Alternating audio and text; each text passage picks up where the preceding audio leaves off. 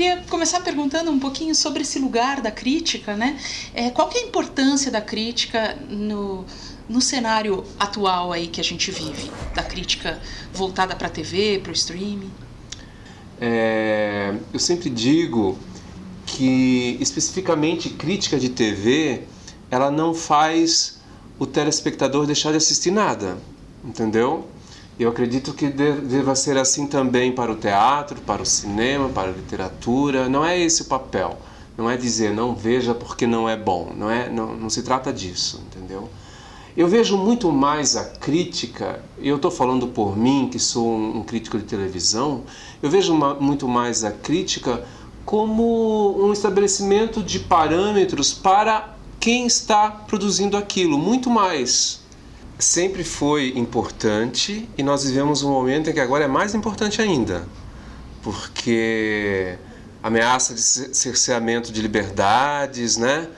Então a crítica tem um papel fundamental de jogar uma luz sobre isso, inclusive, né? Produção audiovisual ou mesmo música, literatura, artes plásticas, enfim. Eu acho que a crítica ela tem esse papel de definir alguns limites ou estabelecer alguns critérios para que não fuja, para que a obra em si não fuja do que o público espera ou do que possa ser considerado algo bom para o público ou para a sociedade, enfim. Porque às vezes você fica tão bitolado no que você faz, sabe, que aquilo recebe aplausos do público ou não, que você não percebe certas nuances que quem está de fora pode enxergar melhor. Isso eu não digo com pretensão, não é para soar pretensioso da minha parte, entendeu? É como eu disse, o crítico não define padrão de nada, os padrões já estão estabelecidos. Mas eu acho que a crítica serve muito mais como um parâmetro para quem produz o produto audiovisual ou o produto artístico, do que para ser um guia para o público. Eu, especificamente, eu tenho o hábito de ler crítica de filme antes de ir ao cinema. Eu não digo ler, mas as estrelinhas eu vejo. Ou a nota no Red Potatoes sobre séries. Né? Eu acho que é. Enfim, eu sempre dou uma olhada, mas esse é um comportamento de quem eu como público, né? Então eu acho que, por fim, o público também acaba se direcionando pelo olhar da crítica também, né? Por mais que concorde ou discorde. Eu acho que isso que você falou, né, desse afastamento, esse olhar da crítica, que seria esse olhar mais afastado da produção, é um olhar muito difícil de se ter quando você está realmente envolvido, principalmente por uma relação de intimidade com a obra. Exato, né? Você exatamente. Perde essa referência, aí vem esse olhar de fora. Exato. E te traz elementos que às vezes você sequer reparou, né, quando desenvolveu teu processo, né?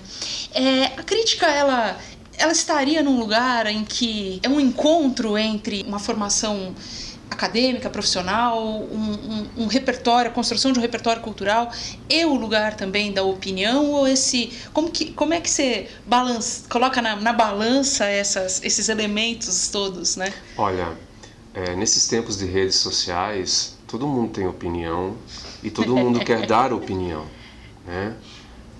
Eu vejo isso na minha relação com as redes sociais, com os posts que eu faço divulgando os meus trabalhos e a resposta que o público me dá. Muitas vezes, isso até me impressiona bastante, a pessoa ela nem lê o que você escreveu. Ela quer opinar, entendeu? Ela quer deixar o seu recado, às vezes nem se baseando no que você escreveu. Enfim, é o que a rede social propicia ao usuário, né? Mas a opinião crítica, ela precisa ter um embasamento, né? Um embasamento cultural, um embasamento acadêmico que seja. Ela precisa ter o crítico ele precisa ter um background, um repertório, ele tem que ter um repertório. Eu acho que é o básico para você opinar sobre qualquer tema.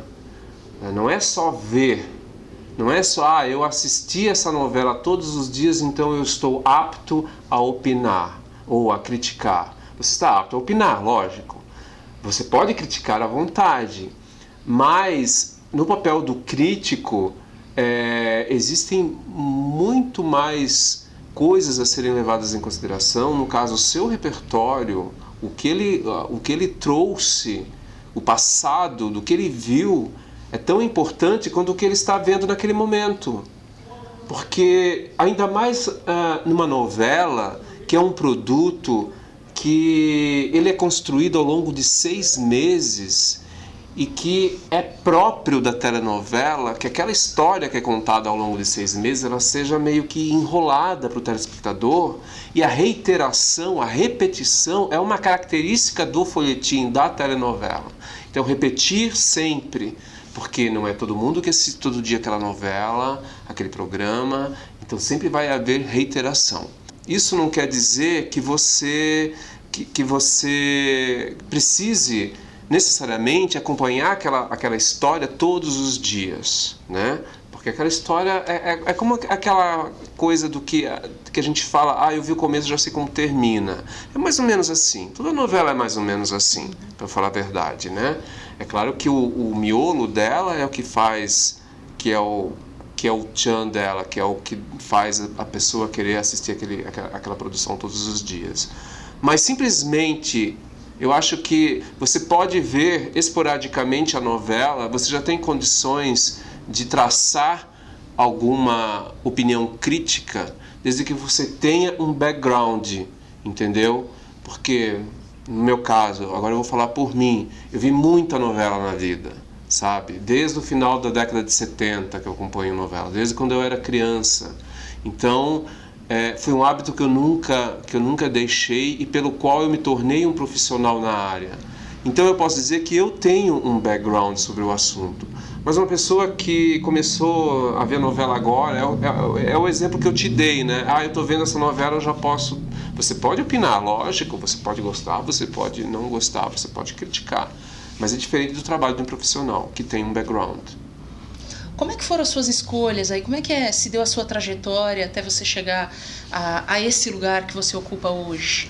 Eu, antes de me enveredar por esse caminho, eu tive uma carreira em TI, em informática. 17 anos trabalhando com informática, eu larguei tudo. No ano de 2000 eu lancei o site Teledramaturgia, que é um banco de dados de pesquisa sobre o assunto. E ele foi pioneiro na internet na época. Quando eu lancei o Teledramaturgia em 2000, o site da Globo era uma coisa muito pequena, não é o que é hoje. A Globo não tinha nem o projeto Memória Globo, que depois o meu site virou uma das fontes de referência para o projeto Memória Globo. Então ele foi pioneiro nesse tema. Só que nessa época eu era um profissional de TI. O meu ganha-pão era TI. O que eu fazia com o Teledramaturgia era um hobby para mim. Eu o via como um hobby. Eu não o lancei com pretensão dele ser grande, nem nada. Eu lancei ele na internet simplesmente porque eu quis passar os meus anotados de 20 anos de caderno para a rede. Como eu já trabalhava com informática, era algo fácil para eu fazer, entendeu? Foi algo natural que aconteceu. E o site então começou pequeno, só que ele tomou uma proporção que eu não esperava que ele fosse tomar. Aí apareceram os primeiros e-mails de resposta do público agradecendo porque não encontrava aquela informação em outro lugar, encantado com o site. Aí profissionais da área também, aí apareceram as primeiras entrevistas no rádio, na televisão, no jornal.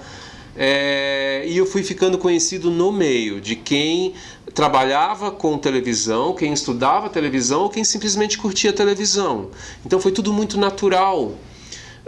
Imagina você que em 2000 eu lancei o site, em 2007 eu lancei meu livro, O Almanaque da Telenovela Brasileira, e em 2010 é que eu larguei a minha carreira de TI para me dedicar ao que eu realmente gostava de fazer, porque as pessoas sempre me cobravam, mas você ganha dinheiro com isso? Não, eu não ganho dinheiro com isso, esse é um hobby que eu tenho.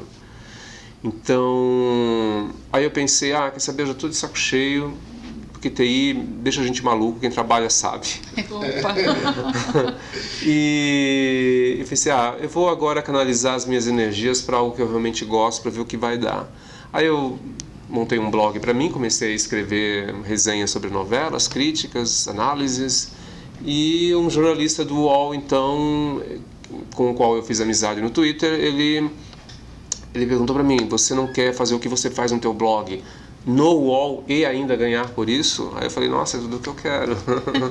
E assim, então eu trabalhei 7 anos como colunista do UOL, e agora eu sou colunista do HuffPost Brasil. E aí, pra gente fechar, eu queria te perguntar assim, tem alguma coisa que você indicaria aí pro pessoal ficar de olho nas produções? Assim, Olha, esteja atento à novela Amor de Mãe, porque ela é muito acima da média. Ela é uma coisa que a gente não vê sempre em teledramaturgia. É um texto muito bem feito, é uma direção cinematográfica, como eu escrevi em minha última crítica, uma direção cinematográfica que você raramente vê em televisão. Em novela, você vê em série, mas em novela você não vê esse tipo de direção, entendeu? É um outro olhar sobre algo que é muito popular no Brasil, entendeu? O olhar de dirigir atores, de dirigir cenas muito diferenciado, no sentido de que é algo diferente, que merece, eu acho que merece a atenção do público. Isso sem falar na qualidade dos atores também, os personagens com várias camadas, personagens muito humanos, o texto muito bom, a história envolvente. A novela ela estreou num período difícil, que é final do ano, porque aí ela passa por todo o período de festas de fim de ano, em que a audiência tradicionalmente despenca, e agora, em janeiro, após período de fim de ano, ela começou a ter uma reação na audiência, e o público, então, eu acho que agora que o público está começando a olhar a novela com uma certa atenção. Então, você me perguntou, eu te respondo: prestem atenção ao Amor de Mãe, porque é uma novela muito boa. Muito obrigada, Nilson. Obrigado você. Obrigadíssima pela conversa. Que bom, espero que tenha sido bom para vocês. Muito boa. Muito boa, Nossa. Muito legal. Muito legal.